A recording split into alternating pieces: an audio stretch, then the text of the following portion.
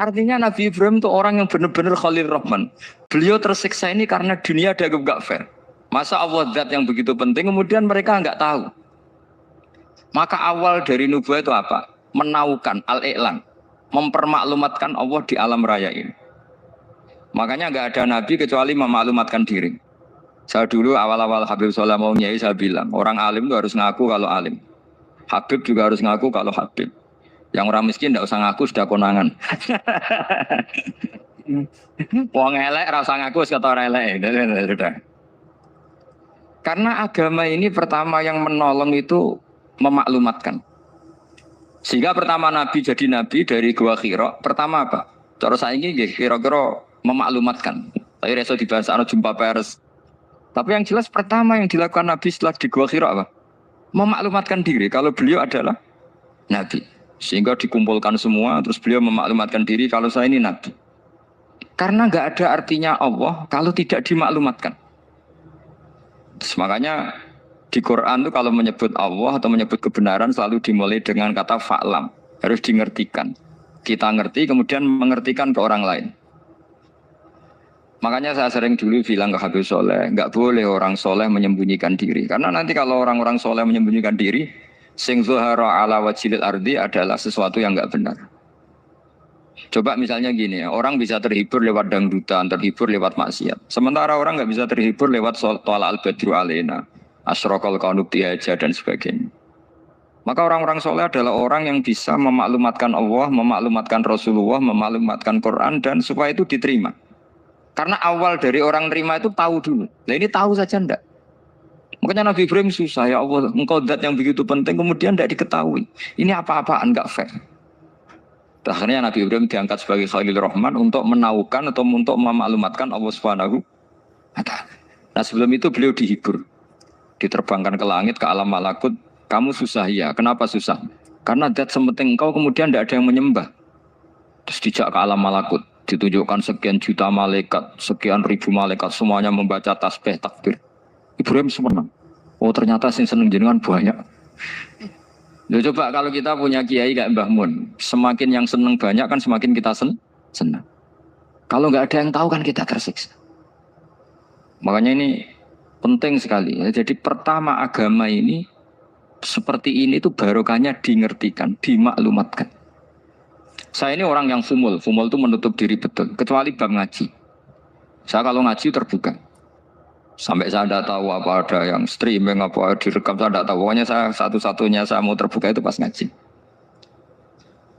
Dan saya pede karena dulu ngaji saya benar. Saya tanya Mas Akom, sebetulnya kalau sampean mau mulang terbuka bagus. Potensinya dua, konangan alimnya atau konangan...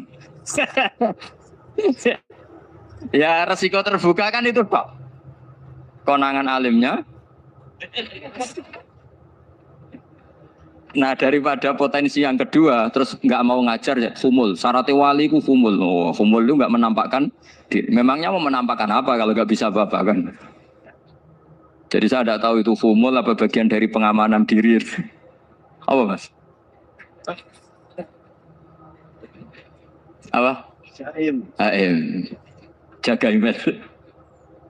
Jadi Nabi itu pertama yang dilakukan apa? Memaklumatkan kalau Allah itu Tuhan. Jadi ciri utama orang soleh itu kalau kebenaran tidak mendominasi bumi ini. Jadi ciri utama orang soleh itu seperti itu. Makanya kenapa saya milih manhaj.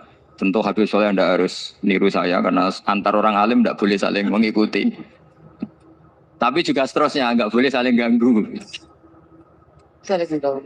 Saya itu ngaji di mana-mana itu guyon. Karena bapak saya suka guyon, Mbah Mun suka guyon. Alasannya bapak dulu sederhana. Orang sudah nyari hiburan dengan maksiat. Sehingga agama ini harus membawa keceriaan sosial, membawa keceriaan hati. Karena Allah ngendikan kul bi fadlillah wa bi rahmati fa bidzalika falyafrahu. Orang tuh harus senang dengan kebaikan. Orang happy dengan Thala al-Badru alaina, happy dengan manaqibul akhyar, dengan fadhailul akhyar. Karena orang di sana sudah senangnya itu kalau ada maksiat. Nah sekarang agama dibawa orang-orang yang tidak menyenangkan juga. Ngaji teko wis merengut. Ada muridnya salah duduk marah. Salah posisi meja marah. Lalu orang-orang kan mikirnya kan daripada ngaji dimarahin terus mendingan ndak kan. Makanya Nabi itu paling marah itu kalau satu kebaikan jadi problem. Mu'ad bin Jabal itu pernah ngimami lama sekali. Dan yang makmum itu akhirnya mufarokoh. Dulu belum ditemukan fikih, tapi orang ini sudah berani mufarokoh. Jadi ini termasuk mujtahid. Sebelum tahu Fathul Mu'in, tahu Wahab, dia sudah berani mufarokoh. Jadi sudah luar biasa. Karena bangsa ibadah yang agak-agak ngawur itu tanpa diajarin sudah do pinter sendiri. Dia mufarokoh. Ketika dia mufarokoh, komentarnya Mu'ad, dia munafik. Sholat belum selesai kok mufarokoh. Singkat cerita Mu'ad melaporkan itu ke Rasulullah. Si tukang penggembala ini juga melaporkan ini ke Rasulullah.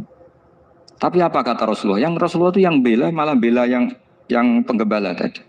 Afattanun anta ya Mu'ad. Kamu itu tukang fitnah. Agama ini kalau kamu model begitu orang lari. Basyiru wala tunafiru, yassiru wala tu'asiru. Padahal ini baca Quran panjang. Harusnya akan ibadah. Tapi karena ini menjadi problem sosial, orang menjadi tidak nyaman jamaah, itu sudah disalahkan Nabi. Karena tadi, kalau agama ini jadi problem, maka masalah besar. Makanya sifat dasar Rasulullah apa khafiful maunah, biayanya murah. Makanya saya ngaji di mana-mana ya suka seperti ini. Mejanya enggak jelas, pengunjungnya juga agak jelas. Semakin kacau, semakin baik kira-kira. Nah ini pengunjungnya juga seperti ini kan. Nanti sampai yang pidato, jadi tak beri hak gue jelek saya ini namanya aqomaddin. Kalau faman taroka fakot. Jadi pilihannya kalau gak aqomaddin ya adamuddin. Jadi kenapa banyak kiai yang ceria? Karena tadi satu-satunya cara kita menandingi hegemoni maksiat adalah pembawa taat itu ceria. Karena orang itu mesti mencari kebahagiaan. Sebab itu para nabi itu mengajarkan agama ini dengan cara yang bahagia. Misalnya mangqala la ilaha illallah dakhalal jannah. Nabi tidak ngendikan gini, mangqala la ilaha illallah terus sholatnya benar, puasanya benar, belajarnya benar, jadi kiainya benar. Wah itu kalau itu panjang sekali, banyak yang nggak masuk surga. Sementara kubu yang lain kampanye, sudah tenang bersama bapaknya di surga. Lah kita kampanyenya, pon sholat mesti ditompo, puasa mesti ditompo. Wes repot, syaratnya ditompo ikhlas wangel, kowe ora bakal iso. Berarti maknane kan ora bakal mlebu swarga. Akhirnya wong kan mikir, wes sholat tetep ra swarga, puasa tetep ra swarga, mendingan ra sholat. Jadi kita ini kan bersaing sama kampanye aku sebelah gitu. Makanya saya milih manhaj pokoknya Islam apik. Tapi bukan berarti saya menyepelekan aturan-aturan dalam sholat, karena yang kampanye itu sudah banyak. Biasanya kiai-kiai sing kereng kampanye tentang sing kereng-kereng. Itu saya manfaatkan ya sudah, itu bagian jenengan. Jadi orang itu harus mikir. Agama Kristen itu diterima di Eropa di mana-mana. Di antara sebabnya adalah karena orang dijamin masuk surga. Orang kayak apa faseknya tetap kalau mati bersama. Kita enggak, sudah kiai, sudah mulang terus masih didoain. Semoga amal baiknya diterima, amal buruknya masih ngebar apa? Dan itu santri saya nanti kalau ziarah saya dengan ya Allah ampuni Gus Ba ampuni. Itu kan ngenyek orang itu maksudnya. Maksudnya bukan, makanya saya pernah ketemu orang yang berfaham Wahabi. Dia nuduh kalau orang doa ke mayit itu minta sama mayit. Saya bilang, saya saja yang jadi mayatnya enggak siap. Kok bisa? Doanya itu doa ngeper. Masa sama gurunya bilang gini, Allahumma ingkana muhsinan fazid fi ihsani wa ingkana musian. Masa gurunya ditaklek? Jadi dia tidak yakin betul kalau gurunya muhsin. Masih ditaklek, jika guru saya baik maka gini ya Allah. Jika guru saya buruk maka gini. Loh, saya tuh gak pernah doain Mbah Mun gitu. Tak anggap gak sopan. Jadi kalau saya berdoa ya Allah, jenengan izzihi apa ya, jenengan balas lah. Izzihi anna anil muslimina khairan katsira. Wa antal ghafurur rahim wa anta gitu. Saya enggak tega muni wa ingkana musian. Jadi kayak ada sopan kan. Lo kalau aku yang mati sapi lagi deh. Balik malam. Ingkana musian. Malah ada terusannya bahwa kadalik. Jadi makanya mereka kan sering pakai dalil. Andai kan tradisi itu benar, maka yang paling pertama melakukan itu sahabat. Selalu mereka berargumentasi, kalau itu tradisi yang benar, maka pertama yang melakukan itu sahabat. Ya nggak mungkin sahabat masa bilang ke Nabi ingkana, ingkana. Bisa kafir berat kan? Masa kesolehannya, lu andai kan Abdul Qadir wafat di mana ini ngomongin? Beduk. Saya tidak akan berdoa seperti itu. Oh bisa marah Abdul Qadir Jailani. Masa kesalahan beliau di ingkana, musinan, sama ingkana, musinan. Jadi orang tuh harus mikir. Jadi saya dengan bukan berarti Gus Bak kita menciptakan doa baru. Ini bukan urusan menciptakan. Orang yang punya sopan, spontan seperti itu. Ini bukan urusan modifikasi doa Anda. Makanya kenapa para nabi itu tidak disolati dengan cara seperti itu. Langsung assalamualaikum ya Rasulullah, assalamualaikum ya Abu Bakrin, assalamualaikum ya Umar. Enggak mungkin kita mengatakan ya Abu Bakrin, ya Allah, ingkana. Masa Abu Bakar di ingkana? Kalau dia, bukan kalau beliau ashabu Rasulillah, pasti orang Sayyid itu zuriyatu Rasulillah, pasti al-Tahirin al-Mutahhari. Guru-guru kita ini guru-guru kita. Jadi tolong doa itu. Nah, kalau terpaksa doa wa ingkana musian, anggap saja hafalnya hanya itu, tapi jangan dijiwai, apa? Jangan apa? Dijiwai. Kalau ditanya, "Lho Gus ini orang soleh kok doanya wa ingkana musian?" Itu kan guru jenengan. Apalku ikut tok. Tapi rasa dimaknani, apa? Karena sekali dimaknani nanti kan. Jadi ini urusan etika, urusan rasa. Saya teruskan ya, karena jadi saya mohon sekali apa-apa itu ada aturannya. Ada aturannya. Ya tentu kita ikut masal saja. Semua selain Nabi, selain para wali kita nggak apa-apa doa wa ingkana musinan, ingkana musian. Tapi di hati kita sebetulnya ketika mengatakan ingkana musian itu coro Jawa hanya rapalan. Rapalan itu ya sudah ngomong saja, tapi nggak usah apa. Nggak usah dijiwai ya. Yang dijiwai kita adalah sifat ghafurnya Allah. Bukan status mayitnya, tapi sifat ghafurnya Allah. Karena kata musik itu kan nggak nyaman. Makanya Nabi itu hebatnya Nabi, ya tentu karena bentukan Allah Subhanahu wa taala. Adabani Rabbi fa ahsana ta'dibi. Itu kalau nyifati tentang keburukan orang mukmin itu diikutkan sifat ghafurnya Allah. Jadi misalnya gini, kalimatnya liyukaffirallahu anhum aswa alladzi amil. Atau sebagian ayat misalnya wa yukaffiru anhum sayiatihim. Jadi sebetulnya kalau terpaksa mengatakan orang itu buruk, itu sebenarnya dari Allah dulu kita mengatakan Allah itu zat saking baiknya, itu mengampuni salahnya seseorang. Jadi nyifati Allah dulu, Allah saking baiknya, itu mengampuni salahnya orang-orang baik. Karena orang-orang baik juga manusia, Ustadz juga. Tapi lebih ke nyifati ke Allahnya. Kalau kita kan enggak, lebih tertarik nyifati mayitnya. Sehingga kita di hati itu, mayit kira tak jalan sepuro tuntas kayak gitu. Jadi kalau di Quran tidak seperti itu. Jadi kita lebih mensifati Allah itu Ghafur, Afuwun Karim. Makanya seperti doa-doa kita kalau Ramadan begini. Allahumma innaka afuwun karim tuhibbul afwa, baru bakas fa'fu. Jadi ada aturannya. Meskipun ilmu ini agak jelimet, tapi bagi ahlinya ini ma'ruf. Kalau sampean nggak paham berarti nggak ahlinya. Jadi ilmu ini agak jelimet, tapi ma'ruf.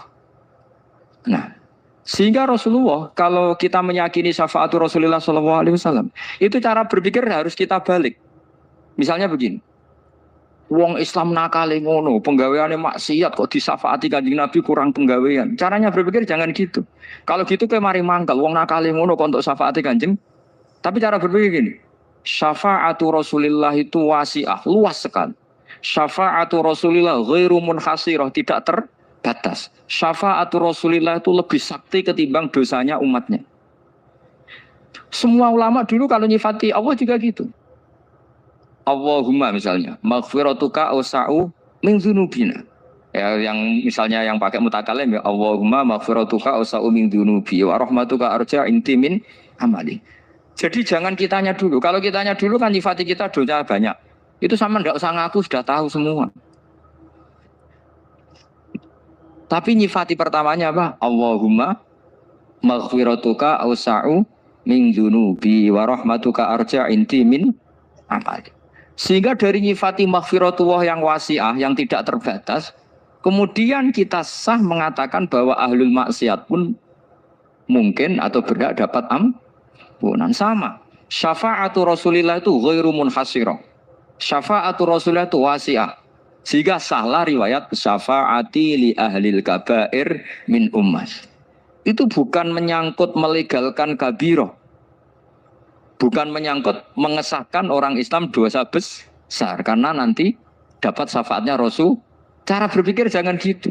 Nanti kamu mentasjek memberanikan orang melakukan maksiat berdasar iktimat syafaati Rasulin. Itu jangan gitu cara berpikir dibalik apa? Syafa'atu Rasulullah awsa'u wa awsa'. Sangat lu. Sehingga saking luasnya sampai yang tukang maksiat saja kebagian. Sama rahmatnya Allah Ta'ala itu wasi'ah.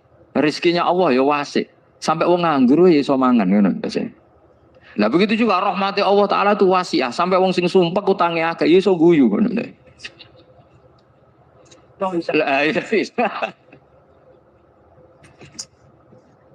Tapi kalau dibalik, misalnya saya diprotes kiai, saya pernah juga diprotes. Gus umat kok mbok latih guyu, padahal mereka maksiate akeh, hutangnya akeh gini-gini. Karena kamu menyifati orangnya. Kalau menyifati orangnya sampean guyu haram. Utang jatuh tempo, sampean gak mikir dosa ndak? Dosa. Jadi kiai muridnya goblok kok kiai ini kurang tahajud itu ya dosa. Jadi kiai kok muridnya goblok tenang wae. Sementing untuk sowanan itu amatir ya kene. Mestinya cara berpikir dibalik. Rahmatullah wasi'ah. Rizquhu ya wasi', fadluhu wasi'. Sampai wong sumpek wae iso guyu. Sehingga kita ini sudah objek. Loh, kita ini tidak subjek. Di alam raya ini kita tidak subjek, tapi apa? Objek. Makanya saya berkali-kali mengatakan, mbok kayak apa sumpeknya kita, tetap wong iso guyu. Karena apa? Allah mensifati dirinya wa annahu wa adhaka wa abka. Allah itu adhaka, zat yang memberi orang iso guyu. Wa abka lan zat sing maringi wong iso nangis. Karena sifatnya Allah Ta'ala pasti nafidah. Sifatnya Allah Ta'ala pasti terjadi. Dan kita objek. Makanya wong sumpah utange akeh, bojo ora percaya, tangga ora percaya, oh nang guyu banter-banter. Karena Allah ku adhakadat sing maringi guyu. Wa abka. Sudah presiden, sudah gubernur, sudah menteri. Nah Allah kepengin nangis no yo. Nangis.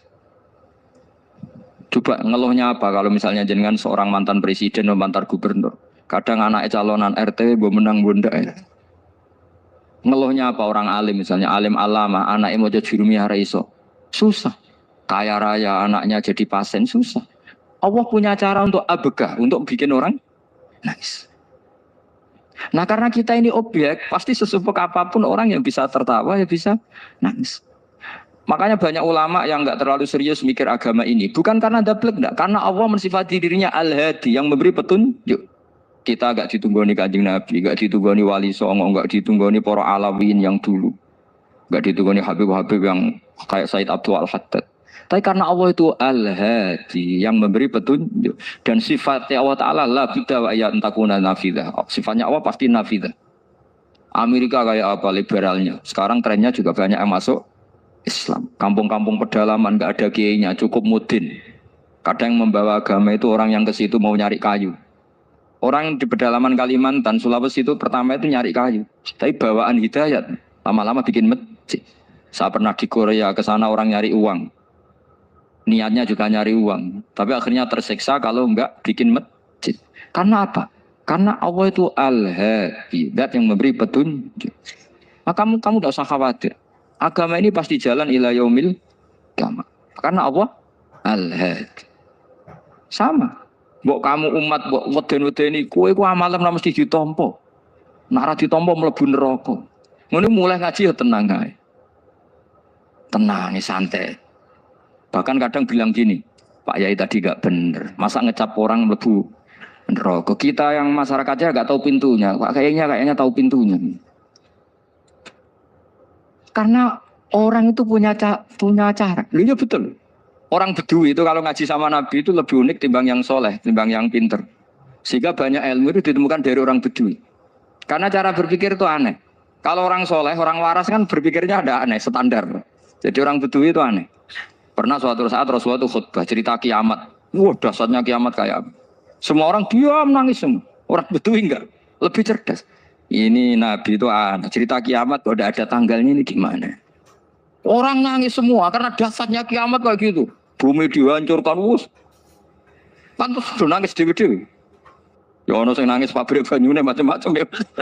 Ini kalau kiamat gimana? Ini perjalanan air kemasan saya kan orang mikir dewe-dewe gitu. Tapi ini enggak. Oh, orang begini cara berpikir tuh enggak. Malah ya Rasulullah mata sa'a.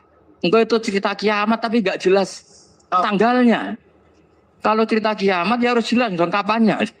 Jadi unik. Jadi cara berpikir sahabat kaget semua loh. Kaget. Karena enggak kepikiran. Nabi A'radu anhu A'radu itu mengabaikan. Banyak sahabat yang menganalisis lam yasma'kan. Nabi memang enggak dengar sehingga mengabaikan. Ada yang analisis lagi sami awakariya. Sebenarnya Nabi dengar cuma enggak berkenan karena tengah-tengahnya khutbah kok tanya. Tapi si Arabi ini cerdas. Masuk akal kan? Misalnya mau pilihan presiden, orang mesti tanya kapan kan gitu. Ya kan? Mau ganti presiden atau ganti bupati, takarannya orang kan kapan? Kayak Mas Akom jadi wali enggak? Pertanyaannya kan kapan? Kalau jatuhnya kan sudah ya.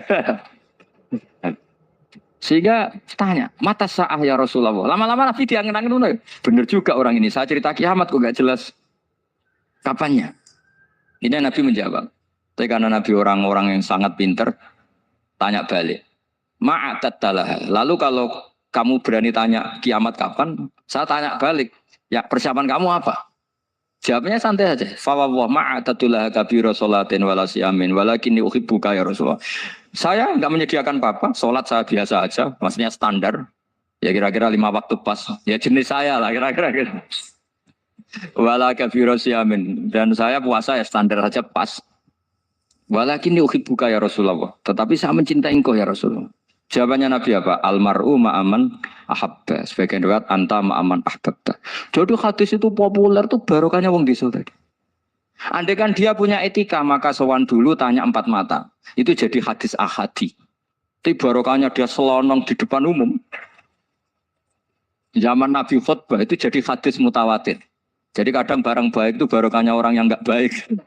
Maksudnya su'ul adab. Tanya gitu kan su'ul. Tapi itu barokah, akhirnya hadis itu mutawatir karena didengar ribuan sahabat yang mendengarkan khutbahnya Rasulullah. Tapi kalau hadis itu satu-satu kan khassani bidzalika Rasulullah, khassani bidzalika Rasul itu nanti jadi hadis ahadi yang kualitasnya jauh di bawah hadis mutawatir. Jadi barokahnya orang su'uladab itu ada. Karena Allah yang mendesain ini.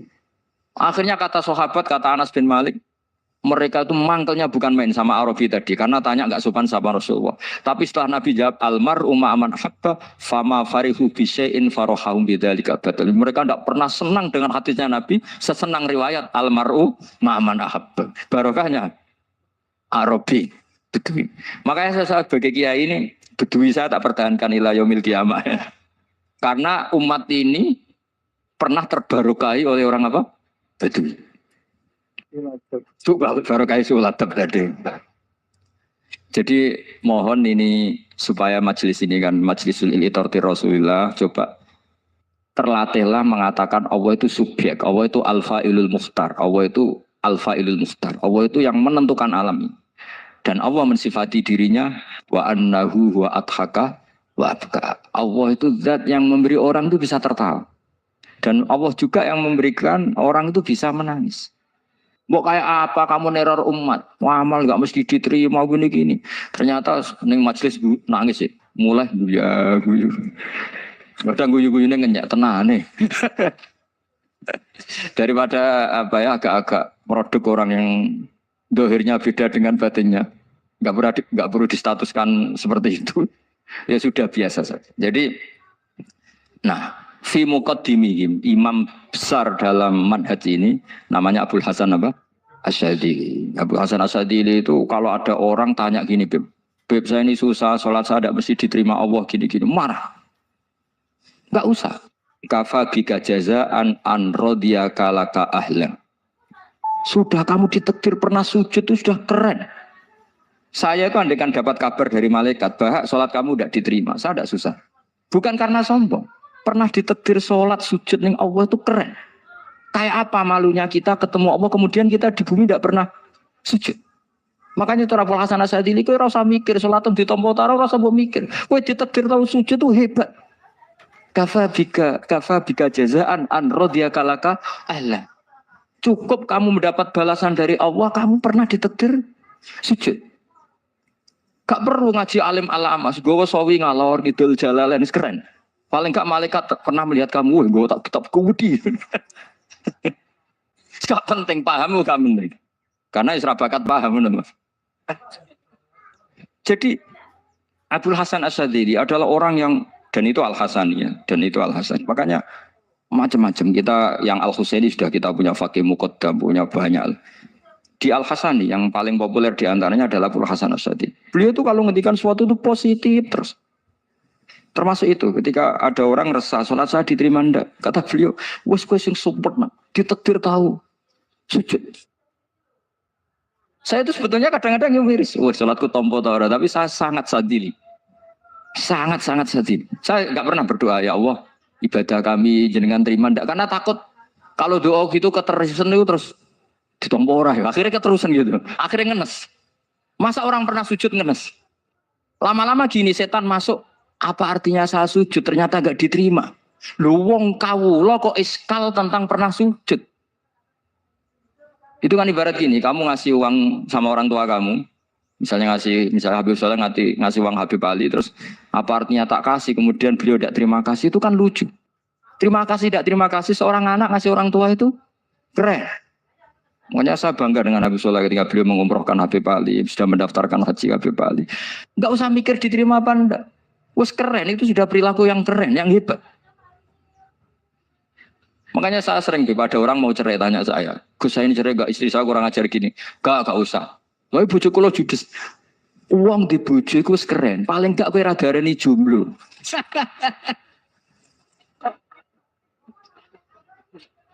Oh, diarani duda ora enak. Wes luwe sabar ndi diarani duda mek diarani bojo judes. Enak bojo judes cek gagak. Di bojo lah. Oh, provokator itu. Jadi kafabi gajazaan anro dia kala kaalam sudah ditetir pernah sujud itu sudah keren. Dulu ulama ala hadan nampak. Ulama dulu cara berpikir seperti itu. Makanya ulama dulu kalau nafsiri wasjud waktarik sudah pernah sujud. Di Quran enggak pernah ada ayat wasjud san sujudo siro ingkana kada wa kada ingkunta mutayakinan dikabuli sujudi kan ada sujud ya sujud saja, tidak usah mikir makbul apa tidak makbul. Sudah kalau sujud pasti waktari. Terus saya sebenarnya ya sebagai orang ya kadang wedi, sholatku ditompo ta ora. Tapi kalau keterusan nanti ada was-was yang mengatakan opo artine sholat. Lu tuh kan ngeri seorang hamba sing uripe ning bumine Allah kemudian menyoal pernah sholat hanya karena takut gak diterima. Itu kan geblek banget. Saya jenis kiai yang di partai itu. Saya tidak tahu kalau keneng di kom. Sejauh mana saya kamu gak ada keren plus. Jadi, nah nanti kalau misalnya ada manhajnya Habib Soleh yang tidak seperti itu tidak apa-apa. Mungkin supaya orang nggak takabur, nggak fakhr. Sehingga makanya mulai dulu lama itu ya partainya kalau nggak rojak ya khauf. Nah saya ini yang terang-terangan ikut partai rojak saja, Pak. Partai rojak. Karena banyak yang sudah di partai khauf. Tapi saya rojak yang bil ilmi tadi. Makanya Sayyidina Umar radhiyallahu anhu itu yang namanya sama sujud. Saya itu punya kitab. Habib Soleh pernah tak tunjukin tulisan tangan saya. Muji-muji sujud. Sayyidina Umar ketika ditusuk seorang gila itu Majusi. Abu Lu'lu' terkenalnya itu. Itu Hulamul Mughirah terkenalnya itu. Ditusuk, dia sahabat, beliau sahabat, wali. Jadi nusuk Umar tuh kayak apa? Nusuk Mas Akom aja dosa besar, apalagi nusuk Umar. Itu ketika ditusuk, dia itu ya punya dendam. Namanya manusia itu punya dendam. Maksudnya namanya orang kan mangkel sama yang nusuk. Kalau orang mangkal itu inginnya kan yang nusuk itu masuk neraka. Tapi apa kata Umar? Ngendikan gini, tanya pertama. Yang nusuk saya siapa? Orang Majusi. Orang Majusi, Gulamul Mukhir. Alhamdulillah, alladzi lam yaj'al maniyati biyadi rajulin lam yasjud laka sajdatan yuhaju biha indaka yaumal qiyamah. Saya itu senang Gusti, yang nusuk saya orang yang enggak pernah sujud sama jenengan. Jika kalau saya dendam supaya dia masuk neraka, saya enggak takut orang itu nuntut sama saya. Tapi kalau dia pernah sujud, pernah sholat, kemudian dia masuk neraka karena nusuk saya. Kemudian dia berargumentasi, saya pernah sujud ya Allah, kenapa engkau masukkan neraka? Saya tidak berani jawab ya Allah. Saking hormatnya sama yang namanya sujud. Jadi kamane dendamnya kesampaian cara Jawa ya. Dendam dengan tanda kutip ya tidak makna semestinya. Jadi mangkel mbek sing nusuk nak mlebu neraka pantas wong ora tau sujud wae Gusti gitu. Tapi kalau pernah sujud, kemudian dia masuk neraka karena saya, bisa yuhajuni biha yaumal qiyamah.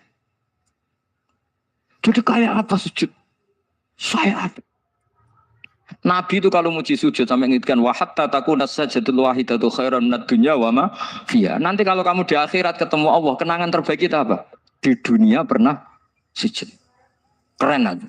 Cara ning pondok wis tau bayar seharian lho. Cara sowan kiai tau ngamplopi Mas. Gua jajan. Wis go jajan nih. Nah tapi kadang syaitan ini masuk tadi. Apa artinya sujud gak mesti ditompo, apa artinya sowan Habib ngaturi ra mesti ditompo, ngaturi kiai. Akhirnya ada ketakutan. Nah kalau ketakutan ini berlebihan lama-lama, ma faidatus sujud. Wah itu sudah buruk sekali wong hamba kok tanya ma faidatus sujud. Nah ini di pentingnya mazhab-mazhab Syadzili. Jadi saya ngaji agak-agak uraan wa amdan. Kalau ini watak sudah bukan. Jadi uraan itu ada dua. Ada yang amdan bismil ilm. Ilmunya banyak terus milih manhaj. Insya Allah saya partai itu.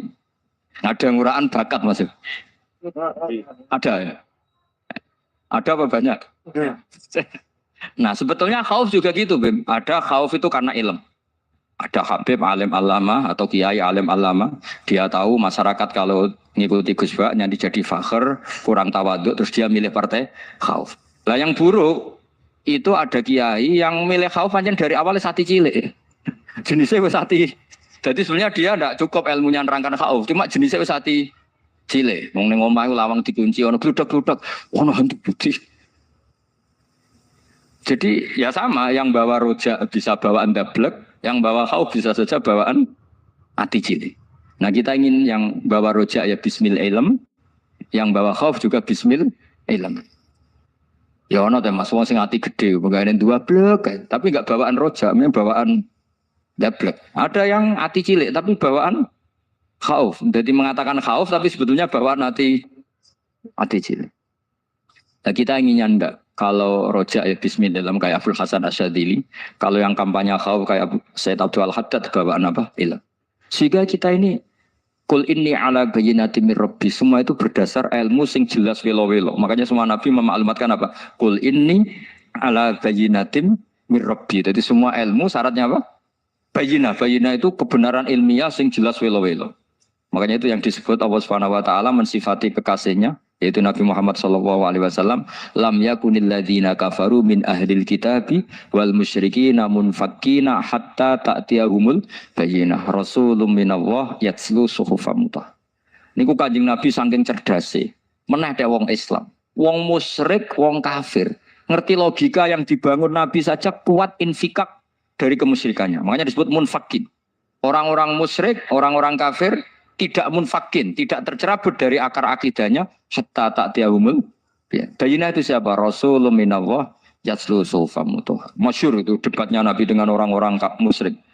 Mereka bilang, "Ya Muhammad, kita ini urusannya banyak, kasusnya banyak. Lalu Anda mengajarkan ke Tuhan satu. Masa urusan banyak cukup Tuhan satu? Itu enggak fair Muhammad. Aja'alal alihata ilaha wahida inna hadza la syai'un ujab." Urusan kita banyak, masyakil kita banyak, muskilah kita banyak. Kalau Tuhannya satu tidak cukup Muhammad. Nabi dengan santainya memberi penjelasan. Ya sudah gini saja. Kalau kamu jadi budak atau pembantu, majikan kamu banyak. Semuanya merintahkan kamu, semuanya bikin aturan untuk kamu. Kamu suka enggak? Ya gak suka Muhammad. Kalau majikan kita banyak, repot. Ya sudah, Tuhan kamu itu majikan kamu. Kalau banyak perintahnya beda-beda, kamu pusing. Ya udah Mat, Tuhannya satu aja Mat. Karena Nabi bayyinah, orang itu bisa dibalik-balik pikirannya. Dan makanya disebut dorobawa masalah rojulan fihi syuraka umutasakisuna wa rojulan salamal li rojul hal astawiyani masalah alhamdulillah.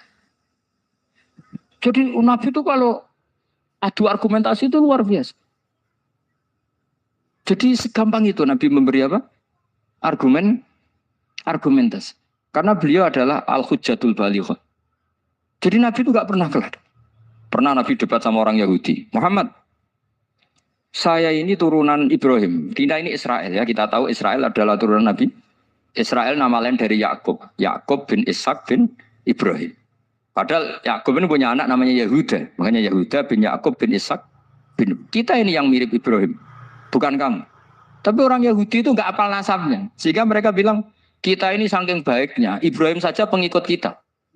Terus digojlok oleh Nabi. Ibrahim itu buyute Yahuda. Makanya digojlok, ha antum ha ulai hajatum fi malakum bi ilm falimatu hajuna fi ma laysa lakum bi ilm. Kita adu debat itu sudah ilmiah. Kenapa kamu menjadi tidak ilmiah? Kenapa Muhammad? Allah menurunkan wama unzilatit Taurat wal Injilu illa min ba'di afala ta'qilun. Artinya gini, kalau Ibrahim dikatakan Ibrahim Yahudiyah, itu sama dengan saya berkali-kali podo karo sampean misalnya ngendikan Bazubair itu pengagumnya Gus Roji misalnya.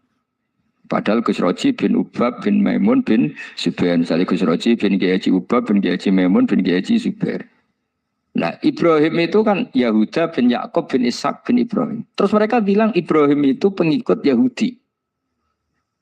Itu kan kebalik. Kayak Habib Hasan itu pengagum Habib Soleh. Kan Habib Hasan rohnya ini gimana, ini sih mbahnya kok dianggap. Nah sehingga orang Yahudi ketika Nabi berdebat.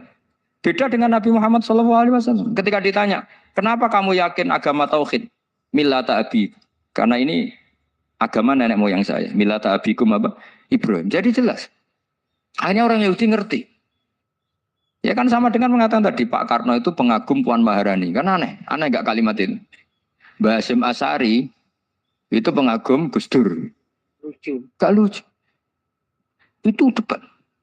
Jadi Nabi itu orang yang bayinah. Bayinah itu kalau menerangkan kebenaran itu bahkan orang kafir pun bisa infikak. Bisa munfakin, tercerabut dari akar kafir. Nabi itu mudah sekali merubah logika. Makanya di Quran sering ada kata aro'aitum. Karena memang tadi. Nah saya mohon apapun pilihan Anda rojak. Kayak Abdul Hasan Asy'adili tadi. Ketika orang resah sujudnya diterima apa enggak, sholatnya diterima apa enggak. Beliau bisa berargumentasi betapa pentingnya sujud. Wes aja kowe iku kawula, tahu sujud itu keren. Saman bayangkan betapa malunya kita. Kalau kita ketemu Allah kemudian di dunia enggak pernah. Lho paribasane kula mlebu swarga lah wisin. Mlebu swarga, tapi ning donya ora tahu. Wisin. Sama seperti kowe di guru, saurip-uripmu ora tahu salam templek wisin. Kira-kira seperti, meskipun salam template ora penting. Ya ora penting to, misalnya soleh salam template 50.000 duwe wis akeh ngono. Nama sakom penting kudu rokok. Jadi sebetulnya faham-faham ekstremis ini dari kegoblokan. Dari kegoblokan berpikir nubuwah sehingga tidak punya rasa ibadah. Lah ini yang menjadi orang-orang ekstrem. Jadi korban pertama ekstremitas itu bukan sahabat tapi Rasulullah SAW, yaitu Nabi dibilangin oleh mereka, "I'dil ya Muhammad, kamu kalau bagi harus adil." Pikiran mereka kalau adil sama rata sama. Jadi kalau pakai pikiran itu, saya minum di sini itu haram. Mau ndak ikut bikin kok minum. Enak tamu, toko-toko mangan, sing masak kangelan urung. Itu jajan bareng. Itu sama seperti kasusnya Bahram Al-Majusi.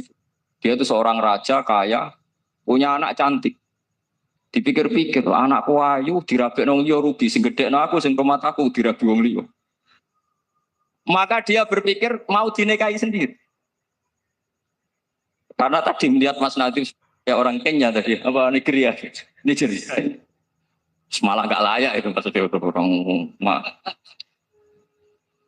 Ini Mas Nadif ini termasuk harus mendukung gerakan tidak ekstrim. Nyawanya masih itu karena barokahnya beliau agak-agak gitu. Tapi nggak sampai liberal ya agak-agak pokoknya itu. Karena ketika ada gerakan ekstrim di Mesir, itu termasuk dia DPO.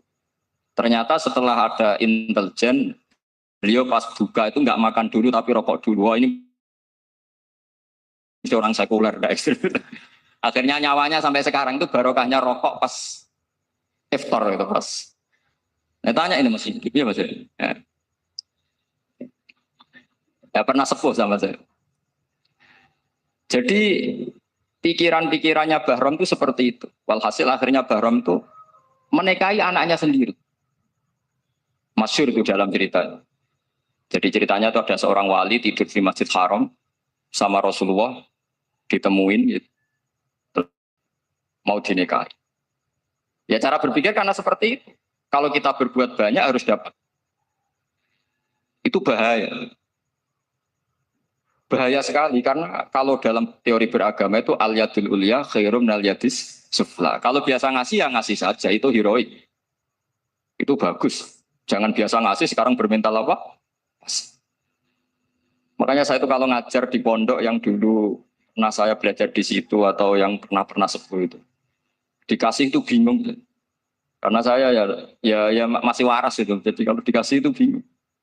Tapi banyak juga guru-guru yang dulu ngaji lama setelah ngajar di pondok alma maternya nuntut. Itu saya tidak tahu. Itu sudah ada agak-agak kayak itu tadi. Walhasil si Barom tadi itu, ini cerita harus saya teruskan karena nggak boleh diputus. Dapat salam dari Rasulullah. Ternyata di balik nakalnya dia itu pas mau bulan pertama, malam pertama itu, ada seorang janda sepuh ke situ. Ganggu dia tentu ya. Ketika dikejar pulang lagi sampai 3 kali. Dia tanya, kenapa Bu kamu begitu? Katanya saya ini anak-anak saya kelaparan. Kalau saya pulang anak-anak saya nangis minta makan. Saya ingin minta Anda. Tapi setelah saya ingat Anda ini majusi, saya mukmin, saya mukminah, saya pulang. Ya sudah Bu, kamu di rumah saja. Nanti saya kirimi makan. Dikirimi sendiri, padahal dia seorang raja orang kaya. Barokahnya itu dia dikasih tobat sama Allah. Dan paginya ketemu tamu yang mengirimkan salam dari Rasulullah SAW. Akhirnya Bahram ini menjadi muslim. Tapi intinya berpikir seperti tadi itu salah. Bahwa kalau saya jasa banyak harus mendapat apa? Ini cara berpikir orang-orang Khawarij. Iya saya pernah ditanya seorang dosen. Gus saya ini kalau baca sejarah perang Badar atau perang Uhud. Yang saya tidak nerima itu satu. Kenapa setiap ghanimah harta orang kafir dan istrinya orang kafir kok disita orang Islam. Dan yang perempuan jadi amat, kemudian juga digauli orang Islam. Yang hartanya orang kafir juga jadi asetnya orang Islam. Kok kayak garong. Dia tanya seperti itu sama saya. Terus saya jawab, kalau sampean ada garong dan kemudian bawa senpi senjata api, kemudian garong Anda, penjahat Anda lumpuhkan, ya senpi itu harus Anda kembalikan. Monggo penjahat ini kagungan jenengan beto wangsul. Karena ada milik Anda, harus dikembalikan. Wah, tidak bisa Bapak, kalau saya kembalikan pasti dipakai. Jahat lagi, dipakai kriminal lagi. Ya sama, kalau asetnya orang kafir dikembalikan ke orang kafir, akan menjadi aset kekafiran lagi untuk menghancurkan kita. Nah, perempuan juga sama. Perempuan itu alat produksi. Jika perempuan tadi dikembalikan ke orang kafir, maka kamu menolong populasi orang. Ya seperti itu. Paham? Makanya disita dalam perang loh ya, tapi dalam perang yang legal. Nah itulah kenapa amat halal. Makanya di Quran itu illa ala azwajihim aw ma malakat aiman. Paling enggak itu masih ada ulama atau pemikir atau ustadz siapa saja yang bisa memahami logika apa? Nanti kalau ulama ini sudah meninggal, orang akan mencibir Islam dengan cara mengatakan Islam itu jahat. Yaitu menyita hartanya orang kafir dan istrinya orang kafir setiap kali terjadi. Karena pemikiran ini pasti sama-sama kutubnya, sama-sama ekstrim. Nah ini penting saya katakan. Makanya masyhur itu perdebatan Sayyidina Ali dan Muawiyah. Ini saya kutip sedikit. Ini ya sama-sama berpikir ekstrim, tapi ekstrim yang baik.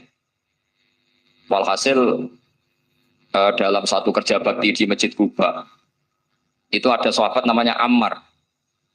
Itu di depan umum ini penting. Kalau dalam ilmu hadis di depan umum ini penting karena nanti menjadi mutawatir. Beda dengan hadis yang Nabi ngendikan sama satu dua sahabat, namanya hadis ahadi. Di depan umum Nabi guyon gini sama Ammar, ya Ammar waihak taktuluka alfiatul baghiyah.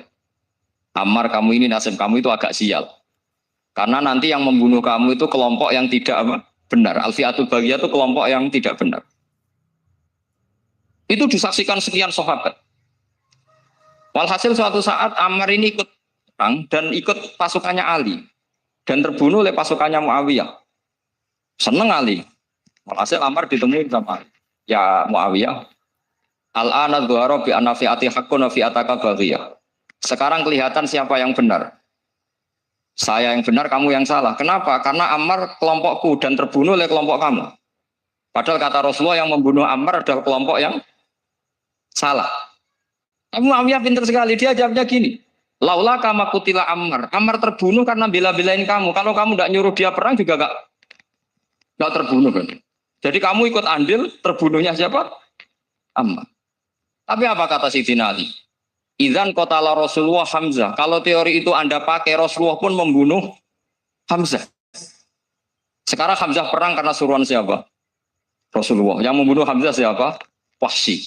Kalau teori itu Anda pakai, berarti Rasulullah pun membunuh Hamzah. Terus fasa kata Muawiyah, terus Muawiyah diam.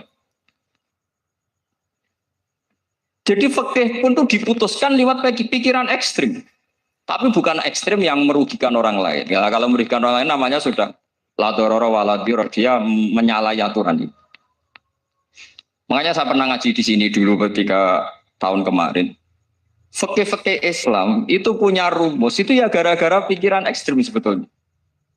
Saya pernah nyontohkan adalah orang tuh kalau sholat jenazah itu mayitnya di depan. Itu ulama fikih tidak ada yang punya alasan. Mau hanya bilang gini, hakada wajadna salafan wa khalafan. Mulai dulu kalau nyolati mayit ya jenazahnya di depan. Ya hanya gitu saja, tidak punya alasan.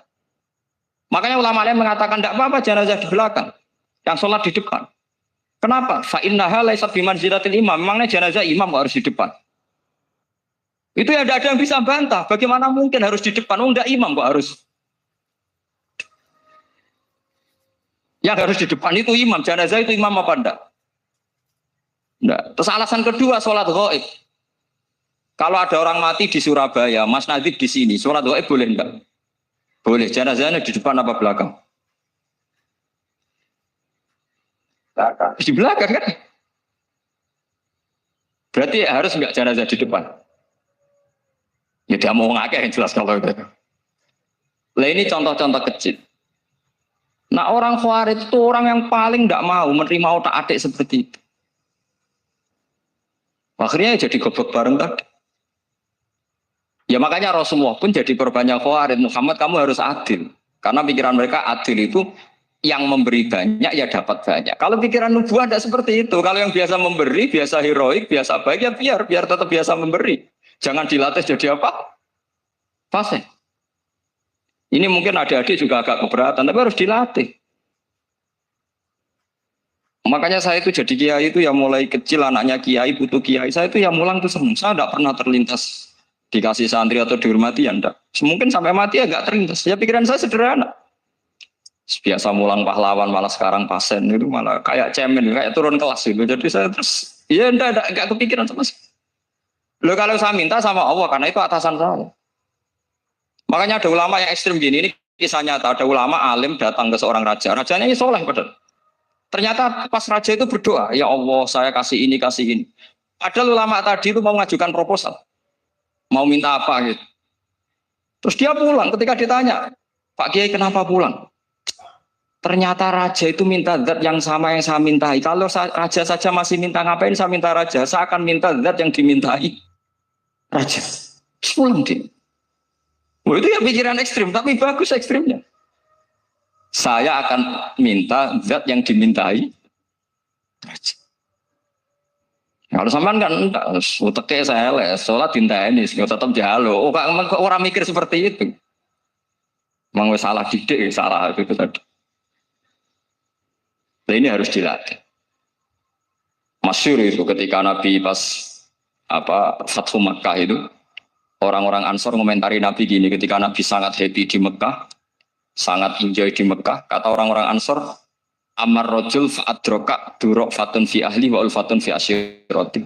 Namanya orang pasti happy kalau di kampung halaman. Jangan-jangan Rasulullah itu nanti hidup di Mekah lagi karena Mekah sudah dikuasai orang Islam. Beliau pasti kangen sama keluarga, sama Mekah. Tapi ya sama, ketika Rasulullah mulai ngasih itu, orang-orang Quraisy dikasih banyak, orang Ansor juga pikirannya seperti itu. Baru orang Ansor dilatih pikiran nubuwah, yaitu tadi. Mereka itu dapat kambing, dapat sapi, terus pulang. Kamu mendapat saya, milih mana? Milih Rasulullah Shallallahu Alaihi Wasallam. Sekarang kamu saya balik. Kamu punya kiai, kamu bisa memberi hadiah, memberi beliau. Suatu saat kiai Anda ini kaya raya, terus sering ngasih orang-orang yang nggak pernah berjasa. Kamu nggak pernah dikasih. Itu kalau pakai pikiran khawarij, kiai ini salah karena ngasih orang yang tidak apa berjasa. Tapi kalau kamu pakai pikiran nubuah, enggak. Alhamdulillah saya tetap istiqomah memberi kiai itu. Dan alhamdulillah enggak dibalas. Semoga balasannya di akhir. Ya sudah seperti itu. Kalau pakai pikiran gengsi tadi seperti itu. Masa biasa memberi sekarang posisi diberi, saya rak turun apa? Kelas. Jadi sebetulnya pikiran ekstrim itu boleh, tapi untuk yang seperti ini bukan ekstrim yang tadi. Makanya ini disebut al-hujjat. Al-hujjat itu satu logika yang bisa mematahkan asumsi awal. Ini saya harap santri-santri matolek putra maupun putri berpikir seperti ini. Sehingga sama. Jadi misalnya sekarang dibalik. Kalau ada orang NTT yang masih non-muslim, itu orang kafir yang harus dibunuh atau orang kafir yang harus didakwai. Mesti pikirannya itu, kalau Nabi itu ya semua yang didakwai Nabi dulu orang kafir.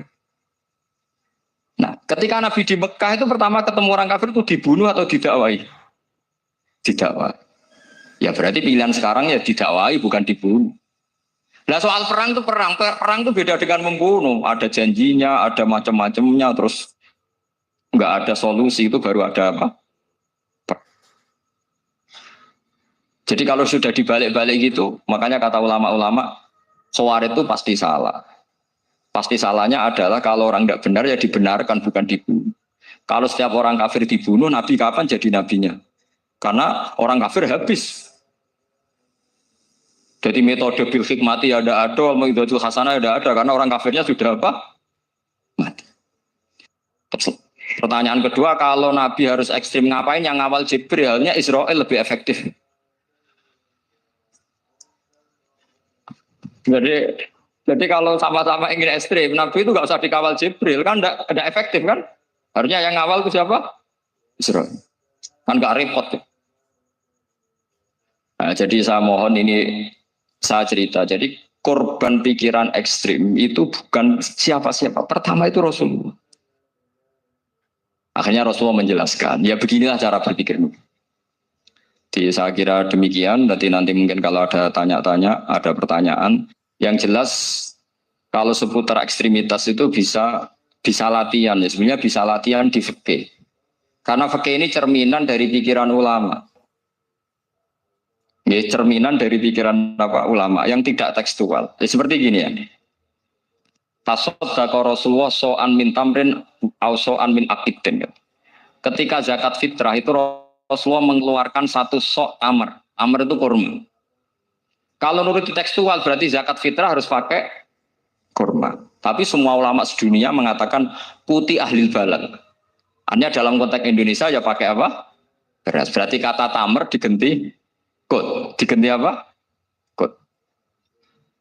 Jadi orang itu jangan diajak goblok bareng. Masa Nabi ngendikan tamar harus apa? Makanya saya pernah debat. Pak Nabi itu cingkrang. Kenapa orang-orang itu rata-rata tidak cingkrang? Saya bilang, Nabi itu hidupnya di Mekah. Kenapa Anda hidup di Indonesia? Iya, Nabi itu hidupnya di Mekah. Terus saya tanya lagi, Nabi itu hafal Quran, kamu udah hafal? Saya hafal Quran. Kalau cingkrang gampang, karek ngetok batas ini. Iya, kalau ada sunnah Rasul, Nabi hafal Quran, enggak? Hafal kan? Berarti kalau ikut sunnah Rasul, hafal Quran. Jangan cingkrak kok, ya hafal apa? Ya sama poligami juga gitu, yang tadi diceritakan Mas Natif itu. Nabi itu poligami setelah Khadijah meninggal. Apa mereka mau nunggu istri pertama meninggal. Kalau ingin persis loh, kalau ingin persis nunggu istri pertama meninggal. Iya, nggak mau juga kan? Ya biasa saja lah. Pokoknya yang dihalalkan syariat ya kita bilang halal, yang diharamkan kita bilang apa? Nggak usah sok suci isi sunnah Rasul. Saya punya banyak cerita. Abu Bakar itu dulu sering menghindari sunnah Rasul. Dulu Rasulullah itu kalau ada orang minta ya dikasih. Ketika Abu Bakar bikin Baitul Mal. Ketika ditanya ini zaman Rasulullah tidak ada. Kata Abu Bakar, gua Rasulullah. Beliau itu Rasulullah. Gua gak di-manage ya negara tertib. Umar bikin pasukan. Pasukan itu diangkat negara. Kalau dulu zaman Nabi yang ikut perang bahaya, yang tidak perang namanya munafik. Era Umar enggak, militer itu ditunjuk. Dia digaji pakai Diwanul Murtazikoh. Ketika ditanya, kenapa tidak kayak Rasulullah? Gua Rasulullah, mbok tidak tertib pun tetap negara stabil. Karena ada karisma. Jadi kadang-kadang dalam banyak hal itu kita malah tidak boleh persis Rasulullah karena kadang banyak khususnya. Yaitu contoh yang paling masyhur di fikih ya kayak Nabi itu nikah 9 itu khususnya. Dalam strategi juga sama. Dalam strategi memanage negara juga sama. Banyak sahabat yang punya ide yang zaman Nabi itu tidak ada. Ketika ditanya, kenapa tidak persis Nabi? Katanya, huwa Rasulullah. Ya Rasulullah itu meskipun seperti itu, meskipun secara rasional tetap dikawal wahyu. Makanya negara baik-baik saja. Kalau saya hanya Abu Bakar, kalau tidak ya repot. Umar ya sama, bikin Diwanul Murtazikoh. Utsman juga sama, di-manage negara. Sayyidina Ali juga di-manage. Kalau Nabi tidak. Tapi tidak apa-apa karena ada karisma. Sama tak cerita nih, masalah zakat yang masyhur. Orang paling bakhil sekalipun, paling kikir sekalipun itu zaman Rasulullah bayar zakat. Karena pikirannya setelah zakat dikasihkan Rasulullah akan khudh min amwalihim shadaqatan tutahhiruhum wa tuzakkihim biha wa sholli alaihim inna sholataka sakanul lahum. Era Abu Bakar enggak. Sorry ya Bapak Bakrin, dulu kita zakat sama Rasulullah karena didoakan beliau. Kamu hanya Abu Bakar, saya tidak mau zakat. Ya sama lah seperti orang dipimpin ulama-ulama karismatik. Orang dipimpin Badola itu tidak usah metai, santri sudah nurut. Dipimpin Manazif, nggak bikin pelaturan, habis pondok.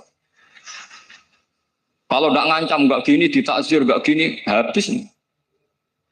Zaman Badola dehem tok santri wedi. Mas Nazif dehem, enggak. Nah, makanya Rasulullah itu tidak banyak bikin pelaturan.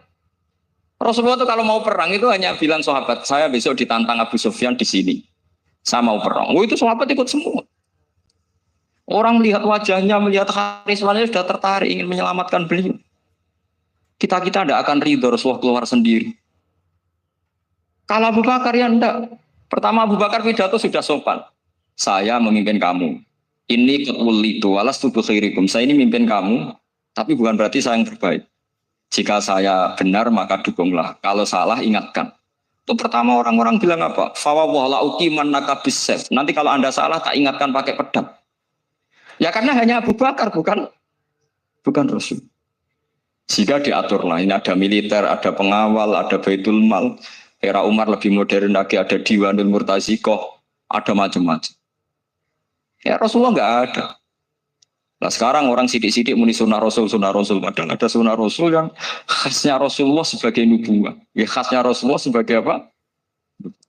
Coba Nabi itu istrinya 9. Semuanya cerita tentang tahajudnya Nabi, witirnya Nabi.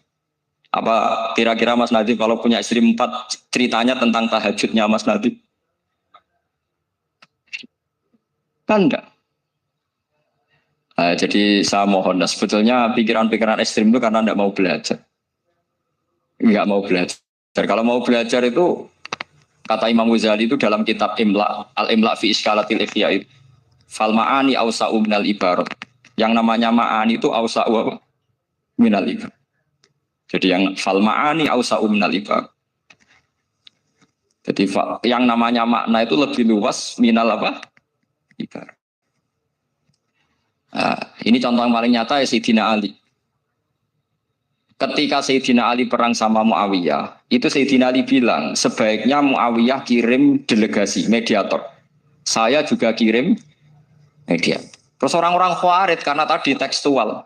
Mahadaya Ali. Ini apa ya Ali? Lam yujad fi kitabillah. Aturan mediator itu tidak ada di Quran. Bahwa kalau kita perang harus ada mediator itu tidak ada. Terus Sayyidina Ali baca ayat wa in khiftum shiqaqa bainihima fab'atsu hakaman min ahli wa hakaman min ahliya. Jika lelaki dan perempuan, suami istri terjadi shikok, terjadi konflik, maka suami kirim satu mediator, yang pihak perempuan juga kirim mediator. Terus Sayyidina Ali ngendika wa amru Muhammad a'zamu min amri rajulin wa imra'atin. Urusan umat Muhammad lebih serius ketimbang urusan hanya sekedar suami dan istri. Maka kita butuh hakam, butuh mediator. Baru 4.000 orang Khawarij tobat mengikuti pikirannya Sayyidina Ali yang tidak tekstual. Sama seperti zaman Rasulullah. Ketika Rasulullah mau perang Badar, saya ini mau perang Badar kata Rasulullah. Musuh saya itu 1.000 lebih. Kalian hanya 313. Apa kita teruskan? Itu sahabat langsung bilang gini, saya itu hafal teksnya. Idzan lanaqulu laka kama qalat banu Israil fathab anta wa rabbuka faqatila inna hahuna qa'idun walakin idhab anta faqatila inna ma'akum muqatilun. Ini kelihatan sekali bahwa para sahabat sudah ada tekstual. Orang-orang Bani Israel ketika melihat Musa katanya sakti dan orang dekat Allah, itu cara berpikir orang Bani Israel gini. Walhasil ada perintah supaya Musa itu merangi kaum Jabarin. Orang Jabar ini gagah-gagah, pikirannya orang Bani Israel. Musa kami itu sakti dekat Allah, ya sudahlah sama Allah saja sana, tak tunggu di rumah kabarnya. Itu kan sama dengan santri semedit, roh kiai ini suka, kiai aku suka, terus tak pikirkan seperti itu. Ya sama seperti itu, Nabi ku kekasih Allah, mesti perang menang, serasa tak ewangi mesti menangis. Fadhab anta wa rabbuka faqatila inna hahuna. Kok itu, ya sudah kamu berangkat saja sama Tuhan, tak tunggu di rumah.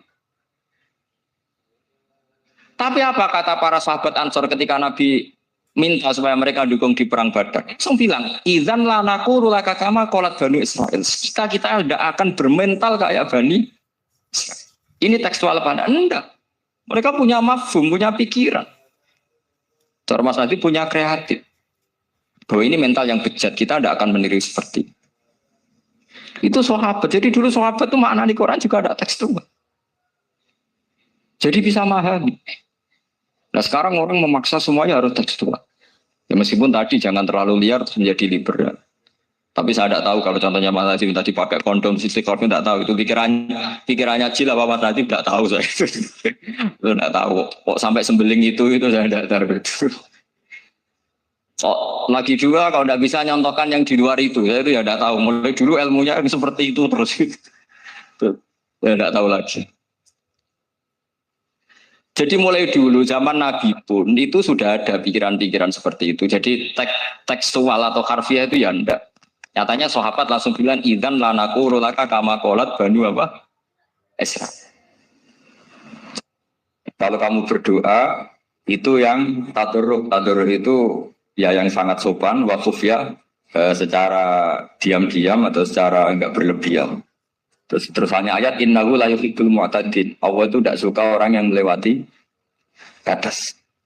Itu termasuk melewati batas dalam doa karena ada unsur mendikte Allah. Saya memberi contoh tadi.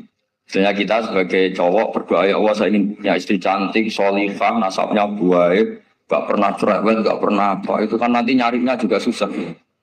Nanti kalau Allah menjabatkan itu adanya di surga, ning donya rapayu rabi, kira-kira. Ya itu sudah berlebihan. Terus kalau ada ulama mengatakan doa itu mukhul ibadah. Itu maksudnya gini.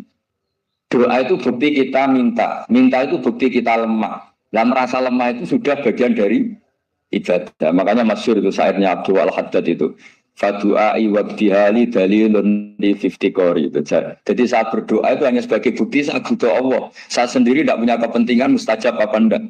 Jadi wali-wali yang mengatakan doa itu mukhul ibadah, sebetulnya itu malah wali-wali yang dari awal gak kelintas disembadani apa enggak. Butuhnya dia itu menunjukkan bahwa saya ini lemah. Buktinya, posisinya minta. Itu yang dimaksud mukhul ibadah. Tapi kalau kita berdoa terus posisi oh baik, ternyata enggak juga. Buktinya semua doa saya enggak kamu. Kan ini malah doa kriminal. Jadi yang dimaksud mukhul ibadah doa itu bukti minta itu bukti lemah. Makanya ada syairnya Abdul Haddad maksud fadu'a iwabdihali dari lundi fif tikoh.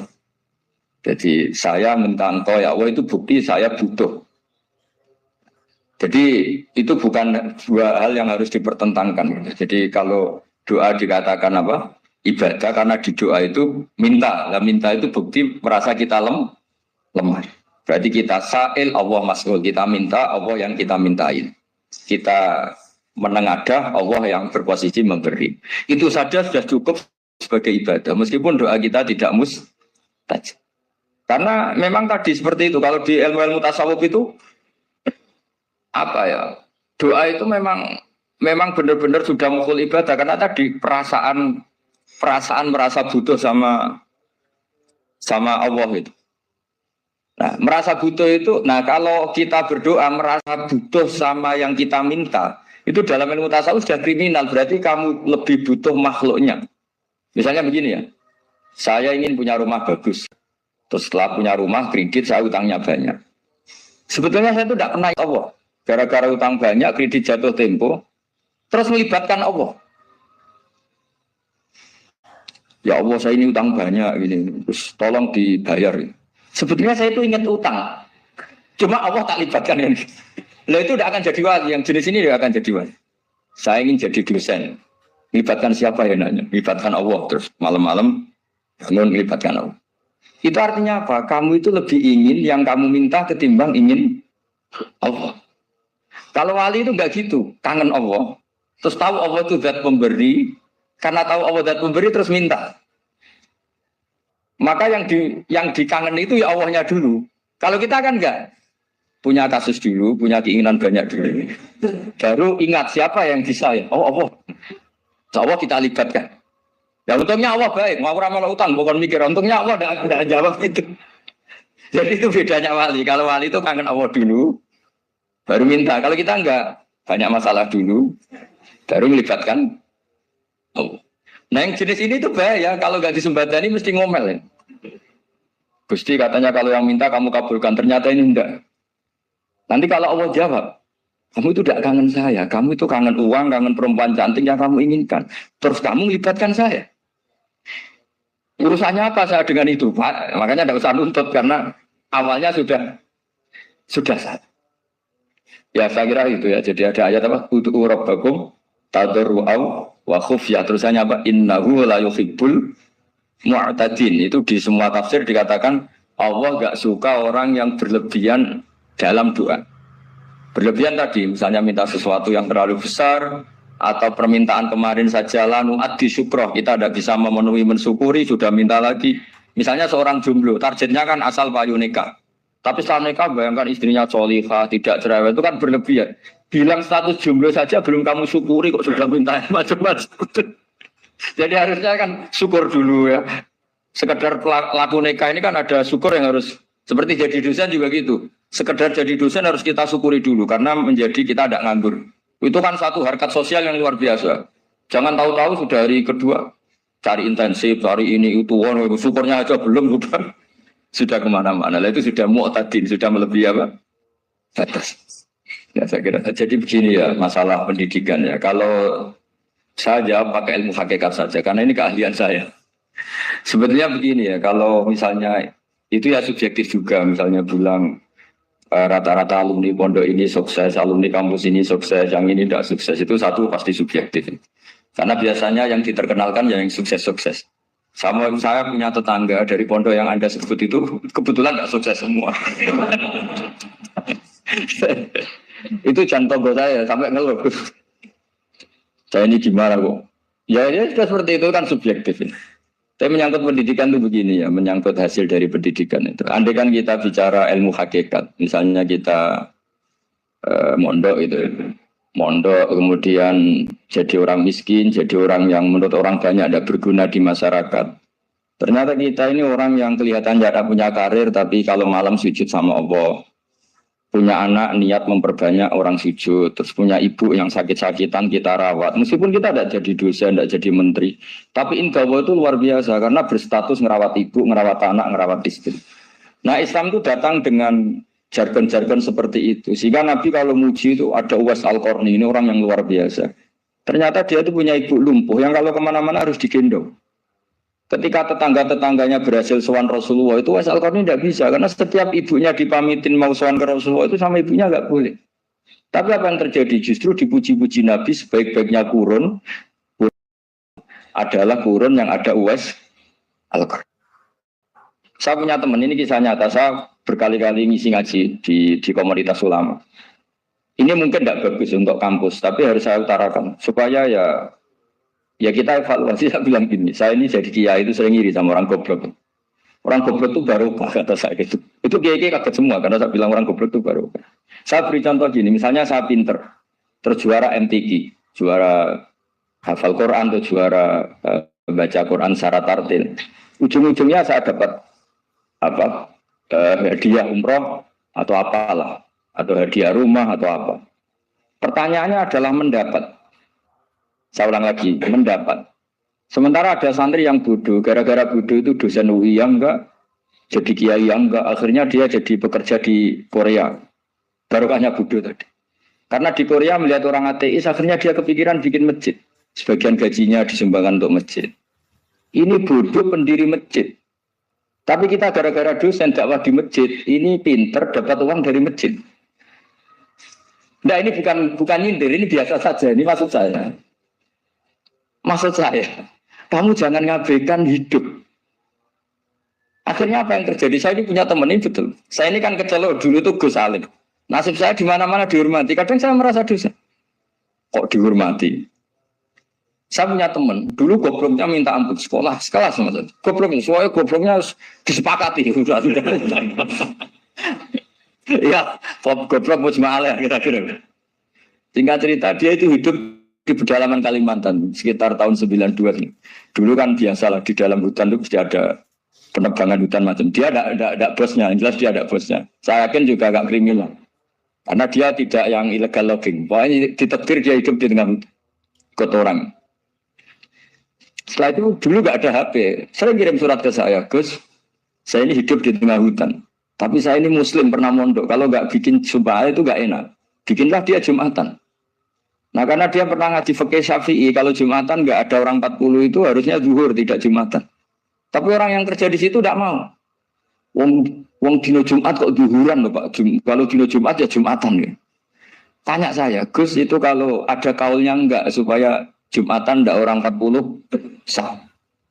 Singkat cerita dia lama-lama jadi pendiri masjid di situ. Dia punya sedikit gaji ya dipakai masjid, punya sedikit tanah diwakafkan untuk masjid. Artinya apa? Di bawah ini banyak orang bodoh, ternyata di komunitasnya dia muassis, pendiri, pemberi. Sementara kita yang kecelok pinter, dapat umroh, dapat bonus. Kira-kira nanti kita ketemu Allah. Kamu pernah nyumbang Islam apa?